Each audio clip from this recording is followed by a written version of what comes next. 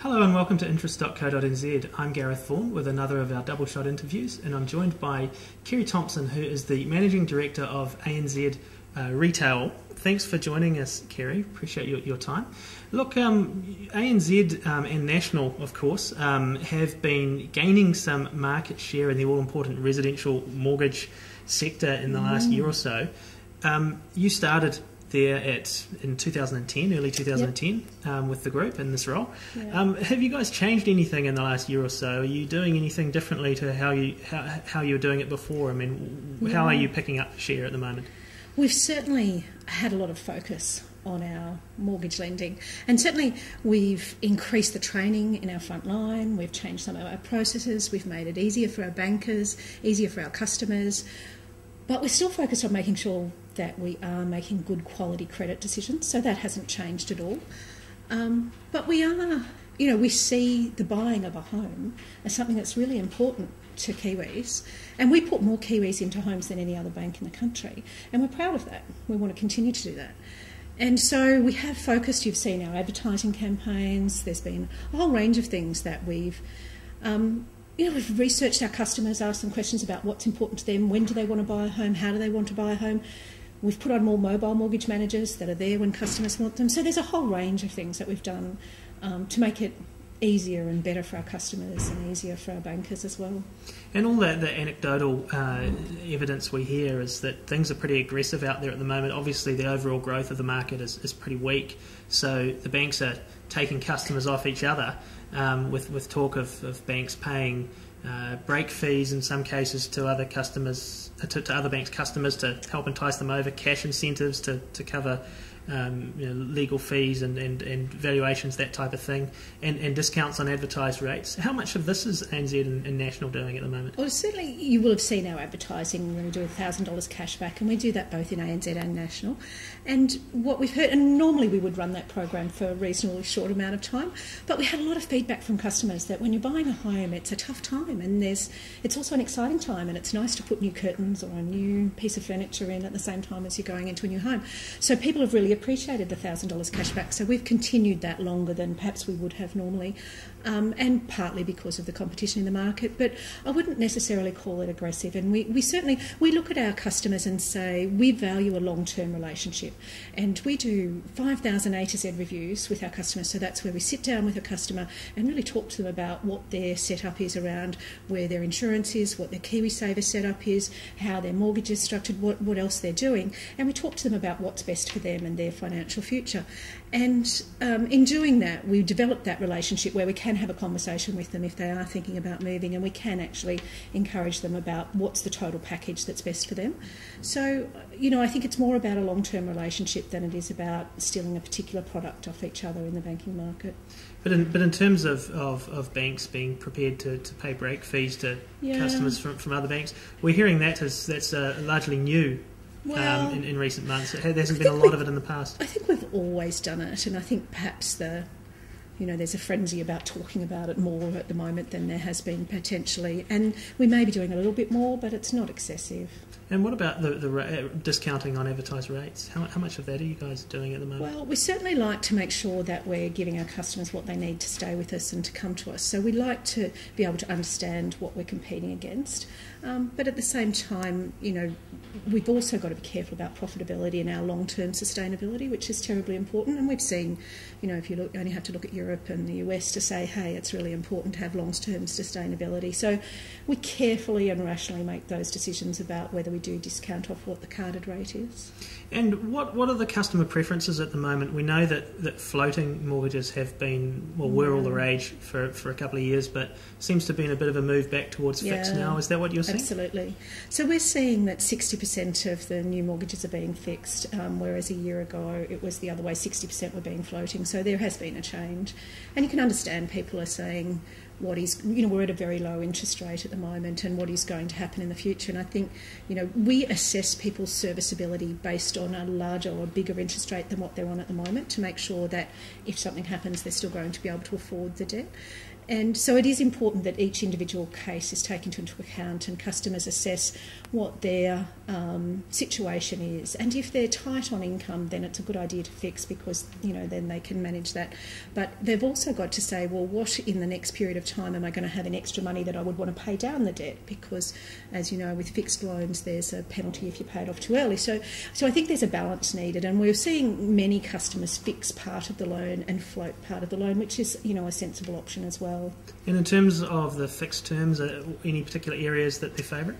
Yeah, look, 1 to 2 years is very common. You know, 1 year is probably more common, but you know, and that may extend a bit longer than that. But I think all of us, you know, are you going to be in the same home you're in today in 5 years' time? You're going to have the same size family, or, you know, is your life going to be the same?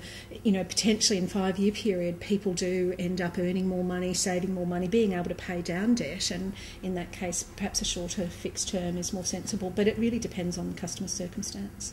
In April and May, we saw obviously all the banks cut their fixed term mortgage rates.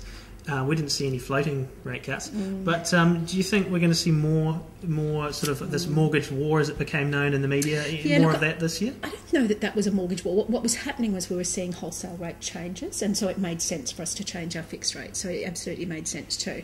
We're seeing wholesale rates move in a different way at the moment. So, and you know, wholesale rates are so impacted by global economy, whether it's Europe or the US or what's going on in China. So it really depends on that as to whether our interest rates will go up and down. There's certainly a bit of pressure on fixed rates at the minute, so we'll see what happens in those markets. But it's very hard. You know, you need a crystal ball to work out exactly what's going to happen next. But potentially we could see some upward moves rather than downward ones. Yeah, we could.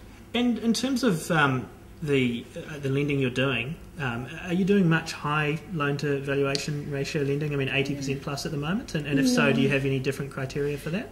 Well, and we see the risk, as the loan-to-valuation ratio gets higher, the reason it gets more risky is that if something goes wrong in someone's life, maybe they lose their job or some health problem happens or whatever, if they've got a good bit of equity in the property, we can quite easily give them a repayment holiday, and we can say, look, don't make any payments for a while, and potentially that eats into the equity a little bit. So it's not something you want to do, but it is nice to have that available to people. And so the higher your loan-to-valuation ratio gets, the more risk that is, and especially over 90%. That's where we see the bigger risk. So I would encourage people, and we certainly encourage people, to have at least a 10% deposit. 80 to 85 is not so big a risk, but once you get over 90, it really, it gets bigger as their loan-to-valuation ratio gets higher. But once it hits over 90, we get a little bit concerned, and we're a lot more careful, I would say, in that area. And we, a couple of percent of the loans that we've written in the recent times have been over 90%. So we're very selective. And what we look for is, what's their long-term employment sustainability? Have the customers got good savings history? Are they, likely to be able to manage through a crisis, a financial crisis that might happen? And so we're looking at a range of things. So there's not a black and white, only these sort of people, but it is a holistic look at the customer situation. And obviously in those cases, we're pretty keen to make sure they've got insurance and they've got themselves pretty well set up. And obviously within the ANZ New Zealand group, you've got the ANZ and the national banks. How is it working those two together? I mean, do the two poach customers off each other? How is that relationship these days? Look, customers select where they want to do their banking, but our products, we've got almost the same product suite. We've got almost the same product pricing. We have very capable bankers. We've got New Zealand's best bankers, the most experienced bankers in the country, the most mobile mortgage managers, and they're a mix across ANZ and national. We've learnt things from each other, so each of the brands have had different styles of doing things, and over time we've selected the best of each, and we've implemented in ANZ some of the National Bank processes and vice versa, and at the moment we're in the process of putting the National Bank systems and capabilities into the ANZ. We're under a big project to do that, as you would have heard. So, they're run fairly similarly and they're working very well together. And you've obviously got the IT integration program going on now. I think the target is the end of the year to have that all finalised. How's that progressing, and what's it mean for your staff? Well, it's a big project, and there's a lot of work going on. There's a lot of very capable people working their way through it. The actual development work has been done. We're really into testing and doing a lot of dress rehearsals and making sure it's going to be fantastic before we launch it. And so we absolutely, we're the biggest bank in the country. We have to make sure that our systems are going to be great before we go live, and that's what we're in the process of doing at the moment. I'm very confident that it's going to be fantastic. And the benefits are going to be things like we've made investments in the National Bank internet banking site that have made it outstanding, and once we go live on the same set of systems, there'll be a blue-screened version of that for the ANZ customers. So there's some benefits, absolutely from a customer basis when we go forward. And obviously there's also been a review of the National Bank brand and the ongoing use and what happens to that. Where are you at with that at the moment? David Hisco, our CEO, has been very open with the fact that we need to assess that and work our way through it. But the first thing we need to do is get our systems right, and that's what we're focused on right now. So later this year we'll have a look at that after we get the systems thing underway. And in terms of mortgage brokers, are you happy with the group's use of them at the moment, and Yep. you plan to continue doing so? Yeah, look, we are very selective with our mortgage brokers, or mortgage advisors, as we call them. We went through a process, a few years ago where we really assessed all of them, and we do constantly assess them, but we've got some fantastic mortgage advisors that do a great job, and some customers really like going through a mortgage advisor. So yeah, we have no intention of changing that model. And obviously one of the big things going on in society, not just banking at the moment, is the whole growth of the internet and social media and all that type of thing. What's your view on what that's going to mean for banking and I guess the future of branches as well? Yeah. So my firm view and the organisation's view is that branches are here for the long term. And you see internationally, whether you look at Europe or the US, banks that have branches are seen to be more credible than banks that don't have branches. So we absolutely will have branches. They'll be different. In some cases they'll be smaller. We see every year about 10% of transactions move away from over-the-counter onto either internet banking or mobile banking. Our Go Money application, which is an iPhone application, there's a lot of customers using that. We've got an Android app coming out in August for National Bank that once we all get onto the one set of systems, there'll be a blue version of that as well. And we do see we need to provide the flexibility for customers to bank where they want to, when they want to. So it's all about customer choice and providing that to them. Having said that, there are some things like home loans where customers tell us even today that they want to go into a branch and they want to talk to someone. Now, we still have some customers that want a mobile mortgage manager to come to their home or meet them somewhere locally, but most customers want to go into a branch and have a conversation with someone. So I think we'll always have that ability for our customers to do that. And what about social media? Obviously, ASB's moving to let their customers, buy things and sell things between their Facebook friends. Yeah. Is that something you're looking at as well? We've launched Facebook recently, and we're certainly looking at it. And some of the work that we do is researching our customers and asking what they want, and then delivering what they want. Obviously, there are times that customers don't know what they want something until they get it, and then they work out it's great. So we certainly have a group of young innovators that are really capable, and they've got some exciting ideas about the sorts of things we could do in the future, and we're prioritising those against things customers are already asking us for and making sure we're delivering a mix of the both.